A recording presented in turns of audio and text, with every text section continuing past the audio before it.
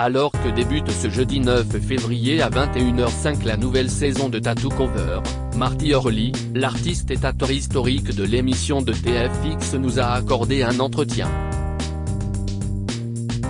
Les sauveurs de tatouages sont de retour ce jeudi 9 février, pour la saison 5 de Tattoo Cover sur TFX. Pour les artistes du Pulp, Dodie, Diego Morin et chez Marty Hurley la mission reste immuable, aider des clients embarrassés par leurs tatouages ou encore masquer des cicatrices. Avant de choisir un dessin pour effacer ce mauvais souvenir, ils seront accueillis cette année par Laurine, la nouvelle réceptionniste de l'émission, une comédienne et influenceuse bien connue des internautes sous le pseudonyme La Potée Guenante. Viendra alors l'heure, pour les clients, de passer entre les mains du tatoueur qu'il aura choisi. Présent depuis la création de l'émission en 2018, l'artiste de 32 ans Marty Hurley nous a accordé un entretien. J'ai commencé le tatou très naturellement, à 18 ans télé-loisirs. Qu'est-ce ce qui vous a poussé à devenir tatoueur? Marty Hurley, j'ai toujours baigné dans cet univers artistique. Mon père qui travaillait dans une bibliothèque était ami avec plein de dessinateurs que je rencontrais lorsqu'ils faisaient des séances de dédicaces. Et puis j'ai fait du skate pendant longtemps. Un milieu un peu underground et à l'influence américaine. J'ai commencé le tatou très naturellement. J'ai eu le déclic à 18 ans. Comment vous êtes-vous retrouvé dans Tattoo Cover? Les équipes de production sont venues me chercher. Elles m'ont trouvé sur internet et ont vu avec Tintin, l'un des plus célèbres tatoueurs de France, note de la rédaction, si on était de bons tatoueurs, pour ne pas mettre n'importe qui à la télévision. Quelles sont vos sources d'inspiration? Mon style est néo-traditionnel. J'aime beaucoup les musées et l'art nouveau. J'adore mélanger du médiéval avec du beau mouvement, comme de jolies postures ou de jolies chevelures. Un peu comme des tableaux. Tattoo Cover a énormément aidé à démocratiser le tatouage. Quelle est la proportion de covers dans votre métier? Mine de rien, beaucoup.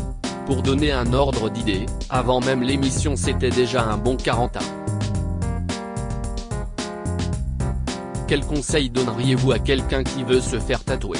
Le tatouage, CIST comme tout, ça demande une éducation. Il faut avant tout faire une bonne recherche. Grâce aux réseaux sociaux, tout le monde a désormais accès aux books des tatoueurs. Ce qui permet de voir le style de l'artiste et de trouver le sien. CIST beaucoup plus simple qu'avant. Et puis il ne faut pas trop se mettre la pression. Si on stresse et qu'on réfléchit trop, CIST que ce n'est pas le bon moment. Il faut enfin écouter l'artiste et ses indications. Le tatouage s'est démocratisé depuis quelques années. Comment l'expliquez-vous? En France, Tattoo Cover a énormément aidé. J'ai eu beaucoup de retours sur ça et CIST cool car CIST que ce que toute l'équipe voulait. La jeune génération est aussi moins fermée sur le sujet. Mais je ne jette absolument pas la pierre aux anciennes générations qui sont plus réfractaires. À l'époque, le tatouage était relié au loupard. Mais aujourd'hui ça a évolué et les gens ont compris qu'il s'agit d'un art. Le tatouage n'est pas qu'un dessin sur sa peau. CIST bien plus que ça. J'ai tatoué un joueur du PSG et des stars du hip-hop. Cette saison de Tattoo Cover accueille Terence James, ancien finaliste de The Voice. Vous-même, avez-vous déjà tatoué des célébrités? Oui, plein. Des footballeurs, comme celui du PSG et de l'équipe de France comme Layvin Kurzawa, note de la rédaction, et des stars américaines du hip-hop. Ce sont des gars super sympas. L'avantage du tatouage, c'est que le client doit avoir confiance en l'artiste puisque sa peau va être marquée à vie. Donc le statut de star disparaît et on partage ce moment ensemble. Votre bande va également devoir recouvrir un tatouage situé sur un crâne. Refusez-vous de tatouer certaines zones du corps? Toutes les zones du corps sont tatouables. Même les paupières. Après, personnellement, je ne tatoue pas les zones intimes. Quel est le tatouage le plus fou qu'on vous a déjà demandé? C'est compliqué car les styles évoluent avec le temps. Dans les années 90, c'était le tribal. Et ça saoulait assez les tatoueurs car ce n'était pas très intéressant artistiquement. Ensuite, le mandala est arrivé. Ce n'est pas mon style. Grâce à ma renommée, j'ai aujourd'hui la chance de pouvoir choisir ce que je fais. Mais quand tu commences, il faut bien se faire la main. Et travailler pour se nourrir. Je ne regrette aucun de mes tatouages. Regrettez-vous certains de vos tatouages? Si est une bonne question. Non, il n'y a pas de regret même si certains sont moches ou moins bien faits que d'autres. Mais ils reflètent un moment de ma vie. Un tatouage marque des choses vécues et qu'on ne veut pas oublier.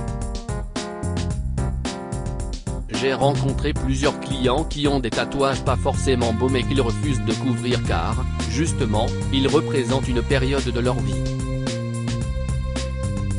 L'ambiance entre les artistes de tattoo cover semble toujours au beau fixe cette saison.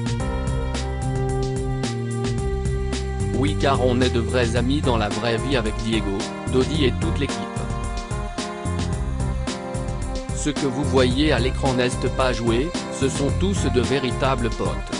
Même la compétition entre nous est saine.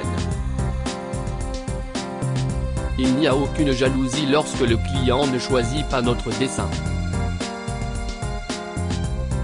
Et puis, entre nous, on sent assez vite qui va être désigné même si on joue le jeu à fond. Le groupe TF1 adore Tattoo Cover et veut l'inscrire dans le temps. Pourquoi avoir décidé de devenir tatoueur en studio privé, et donc sans boutique? Je tatoue depuis 14 ans et je me suis assez vite mis en studio privé dès que j'ai trouvé mon niveau correct et propre. Je n'avais plus besoin de ce qu'on appelle les walk-in aux États-Unis, à dire les clients qui passent devant ta boutique et qui rentrent comme ça. En général ce ne sont pas les meilleures idées qui en ressortent. J'ai vite compris que les meilleurs clients étaient ceux qui t'envoient un mail. Voilà pourquoi je suis en privé. C'est un choix financièrement dur au début car tu perds de l'exposition. Mais comme dans la vie, c'est important d'avoir de bonnes racines pour avoir un bel arbre. Et aujourd'hui, ce n'est que du bon. Votre participation à Tattoo Cover a-t-elle eu des retombées? Oui, ça marche très bien. Mais honnêtement, émission ou pas, quand tu es un artiste tatoueur ou dans une profession indépendante, il faut te marketer. Je pourrais être dans une émission et ne pas me donner à fond et je n'aurais alors pas plus de clients que ça. Je pense que c'est avant tout une question d'investissement et de boulot. Souhaitez-vous continuer l'aventure si Tattoo Cover connaît une saison 6? Ah oui. Le groupe TF1 adore ce programme et veut l'inscrire dans le temps. Donc je pense que c'est reparti. Et j'ai proposé quelques idées pour apporter un peu de changement, comme sortir de la boutique de Tattoo Cover par exemple. À lire aussi Tattoo Cover, TFX, comment se faire tatouer par Marty Hurley, Amy Mimouze et Diego Moraes.